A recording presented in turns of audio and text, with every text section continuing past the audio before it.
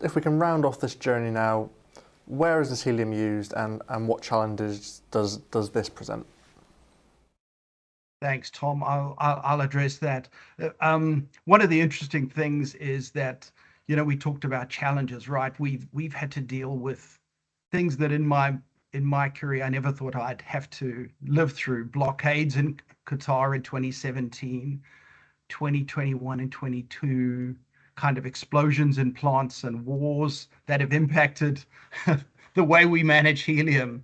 The supply chain around COVID, right, where demand dropped. So we've dealt with some really interesting challenges and had actually to develop new skills to manage those. So looking at where is it's used, firstly, helium is used by customers in many segments, and it's used basically for its chemical and physical properties. The first being the fact that it's the coldest liquid close to absolute zero. Right, so I talked about the fact that it liquefies at 4 Kelvin, so its application in superconductivity is really well known. People are familiar with MRIs, NMR. These are technologies where helium is used in very significant quantities. Um, its low boiling point means that it stays as a gas at the lowest temperature when all other products or gases are actually solid. So it's used for purging. And another great example of this is in space and rocket purging, where they purge out liquid hydrogen from tanks, which can be obviously very explosive. So helium is used for purging. It's also light and safe, so it's used in balloons and airships. It's a very small atom, so it's used in leak detection. I think most of us probably understand that. It's used for pipelines, it's used for automotive, for anywhere where you need to make sure that your components have a high integrity and won't leak gases.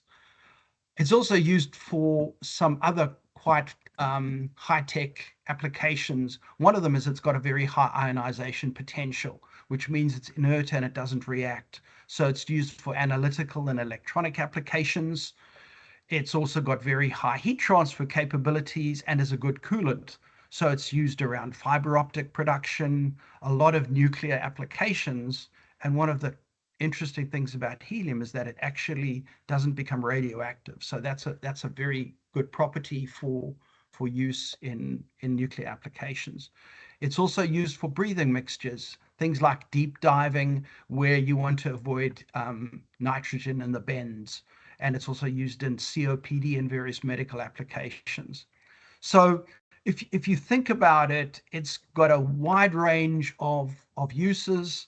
I didn't cover them all, but I certainly covered a lot of the key applications. Another one is that it's used in welding mixtures, for example. So it's a commodity that's used because of this wide range of applications. It's used in all the continents, and it's even shipped to Antarctica. So where it's used for things like weather balloons.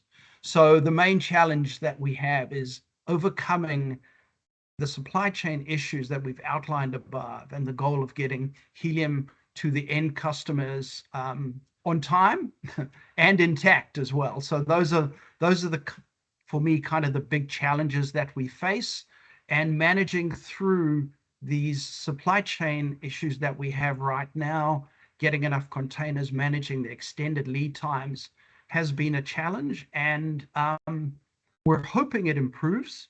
But as we know, a lot of this is outside of our control. So that's the world we live in now. It's changed quite a lot since, in the early 1960s that BOC started producing helium at its plant in Otis. So a lot of change over the years.